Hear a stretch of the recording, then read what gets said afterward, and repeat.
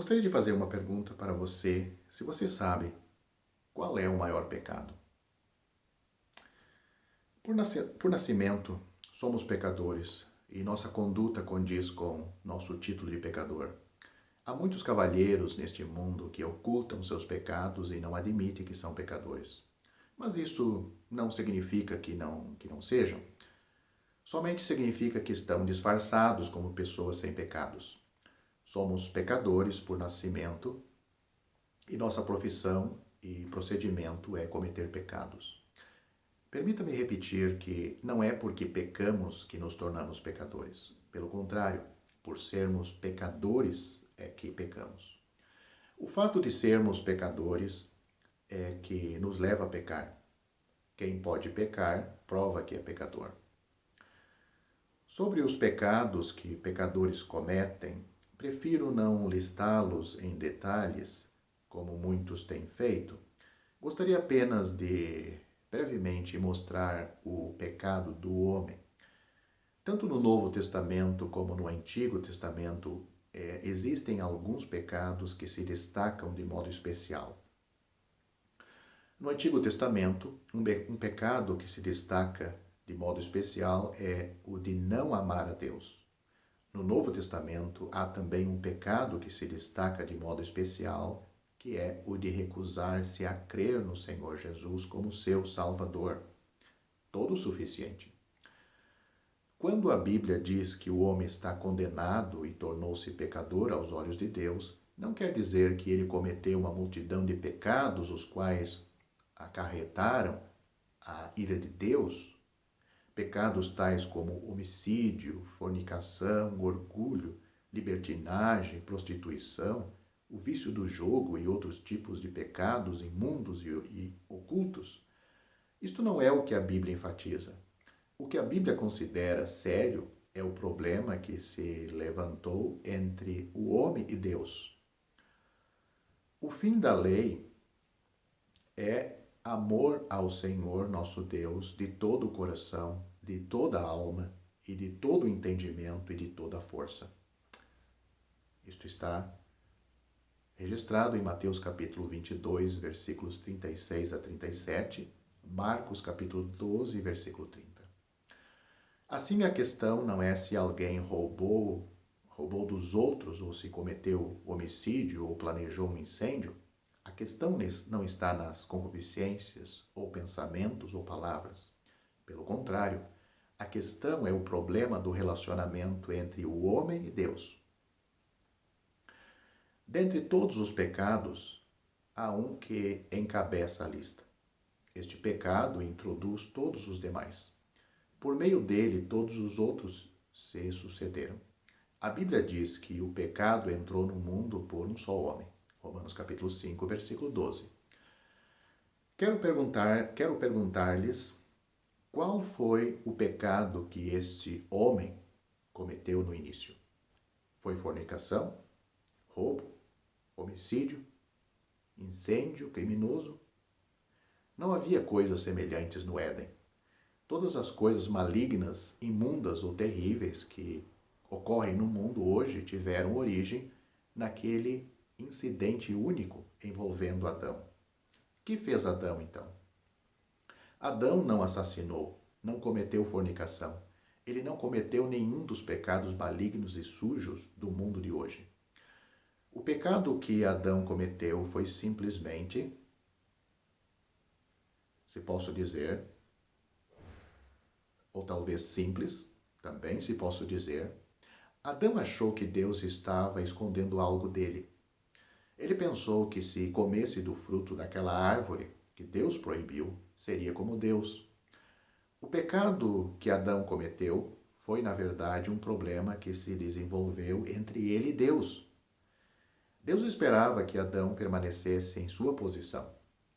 Contudo, Adão não acreditou que aquilo que Deus lhe havia dado fosse proveitoso para ele. Ele começou a duvidar do amor de Deus. Um problema surgiu, então, em relação ao amor de Deus.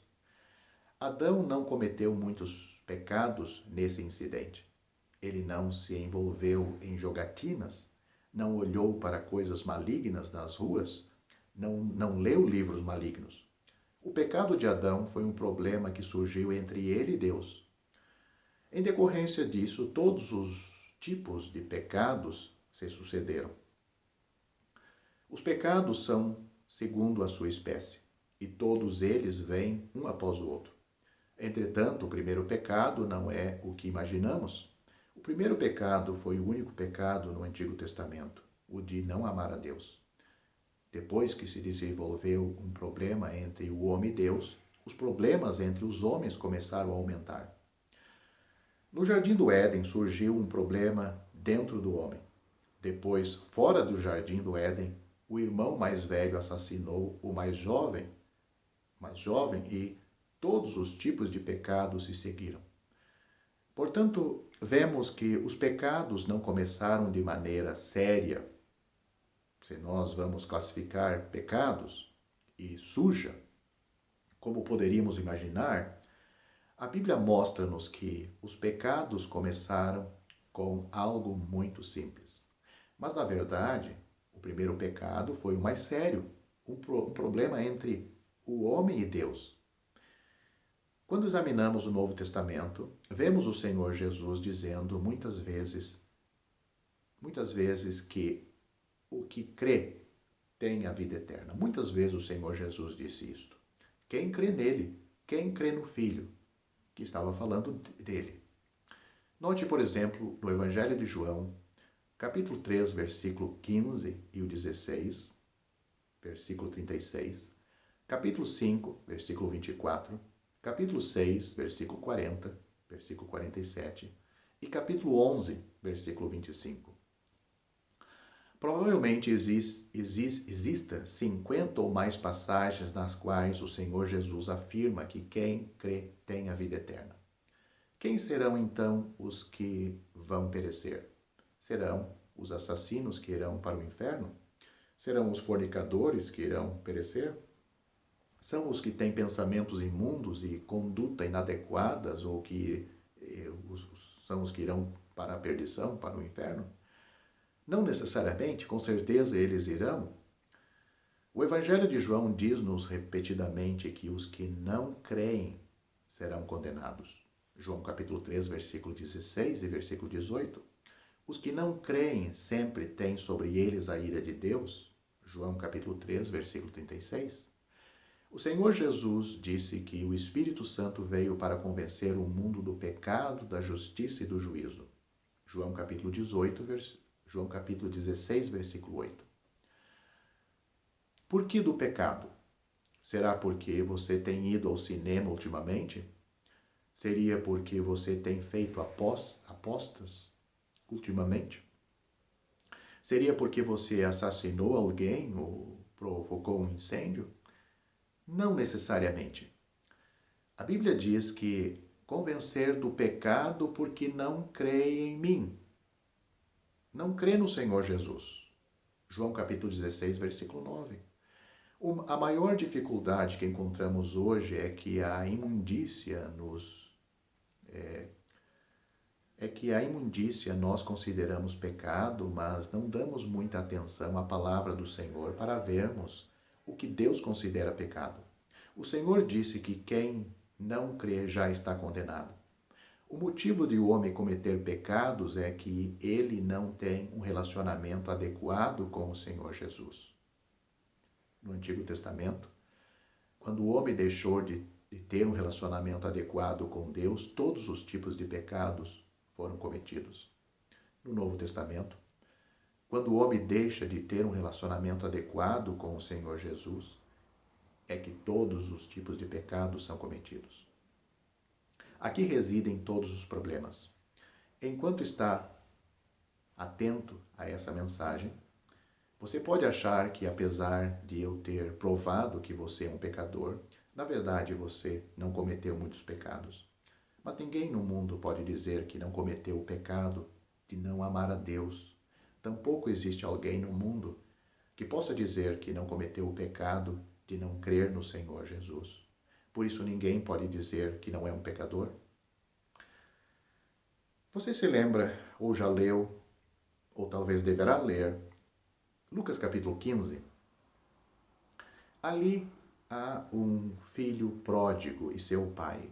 A história, ou pelo menos a parábola, podemos dizer, se torna história na vida de muita gente, começa no versículo 11.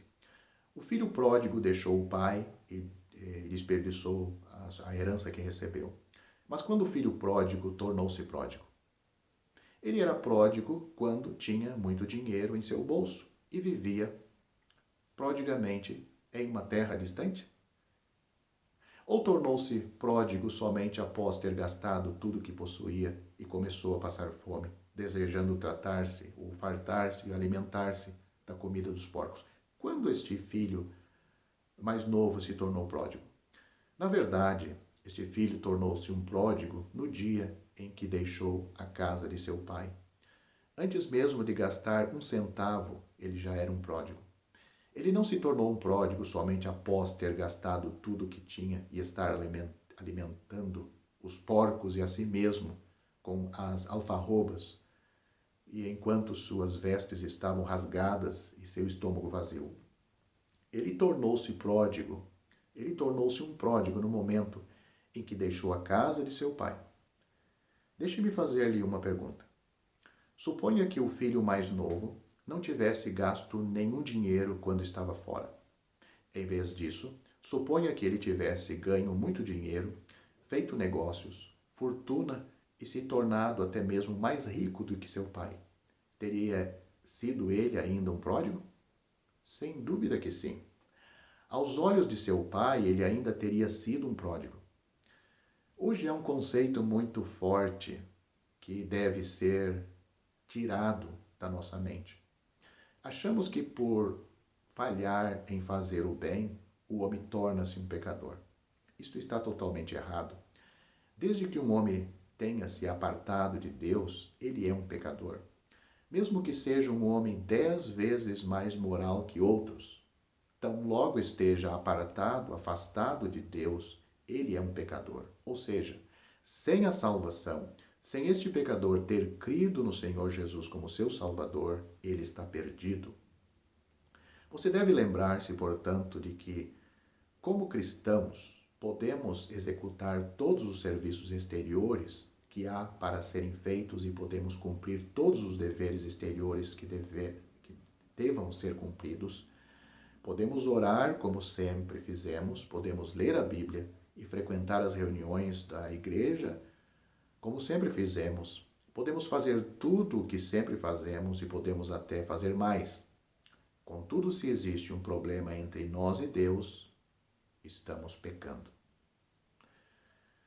Quando o primeiro amor se vai, há um problema. Quem é o pródigo? Não é simplesmente o que desperdiçou os bens de seu pai, e sim o que deixou a casa de seu pai. No momento em que alguém deixa a casa de seu pai, torna-se um filho pródigo. Mesmo que faça fortuna lá fora, ainda é um filho pródigo. É claro que nunca haverá um pródigo que faça fortuna no mundo. Um pródigo jamais prosperará. Um pródigo sempre desperdiçará todo o dinheiro que tem. Deus permite que o dinheiro seja dissipado, de modo que o homem saiba que não é bom apartar-se de Deus e perceba, por fim, que é um pecador. A Bíblia apresenta uma salvação para todos e qualquer pecador totalmente gratuita e pela fé. Dessa maneira, o homem é reconciliado com Deus. Ele tem intimidade com Deus. Ele está andando com Deus. A Bíblia diz: porque pela graça sois salvos por meio da fé. E isto não vem de vós, é dom de Deus. Não vem das obras, para que ninguém se glorie. Efésios capítulo 2, versículos 8 e 9.